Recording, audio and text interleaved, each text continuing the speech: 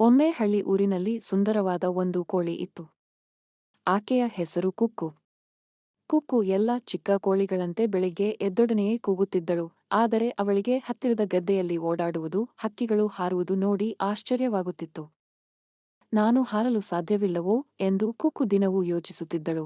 ಒಂದು ದಿನ ಅವಳ ಗೆಳೆಯ ಗುಬ್ಬಚ್ಚಿ ಹಕ್ಕಿ ಕುಕ್ಕುವ ಬಳಿ ಬಂದು ಹೇಳಿತು, ನೀನು ಹಾರಲು ಸಾಧ್ಯವಿಲ್ಲ, ಆದರೆ ಓಡಬಹುದು, ಜಿಗಿಯಬಹುದು, ಕನಸು ಕಾಣಬಹುದು.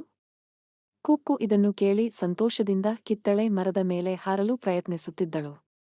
ಆದರೂ ಜೋರಾಗಿ ಮುರಿದು ಬಿದ್ದು ಬಿಟ್ಟಳು. ಆಕೆ ಬೇಸರಗೊಂಡು ತಾಯಿಯ ಬಳಿ ಹೋದಳು. ತಾಯಿ ಪ್ರೀತಿ ತುಂಬಿ ಹೇಳಿದಳು, ನಮ್ಮ ಎಲ್ಲರೂ ವಿಭಿನ್ನವಾಗಿದ್ದೇವೆ. ನಿನಗೆ ಹಾರಲು ಸಾಧ್ಯವಿಲ್ಲ, ಆದರೆ ನೀನು ಒಳ್ಳೆಯ ಕಣ್ಣುಗಳುಳ್ಳ ಕೋಳಿ, ಚೆನ್ನಾಗಿ ಬೀಳಿಗಳನ್ನು ಅಗೆದು ಉತ್ತಮ ಆಹಾರ ಹುಡುಕಬಹುದು. ಈ ಮಾತು ಕೇಳಿ ಕುಕ್ಕು ನಗಿತು.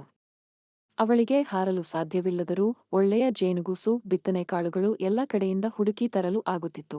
ಆಮೇಲೆ ಹಳ್ಳಿಯ ಎಲ್ಲ ಕೋಳಿಗಳು ಕುಕ್ಕುವಿಂದ ಅಡುಗೆಗೆ ತಾಜಾ ಧಾನ್ಯಗಳ ಸಿಗುತ್ತವೆ ಎಂದು ಸಂತೋಷಪಟ್ಟರು.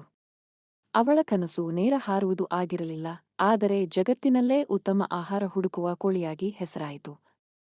ಪಾಠ: ಎಲ್ಲರೂ ತಮ್ಮದೇ ಆದ ವಿಶೇಷತೆಯನ್ನು ಹೊಂದಿರುತ್ತಾರೆ.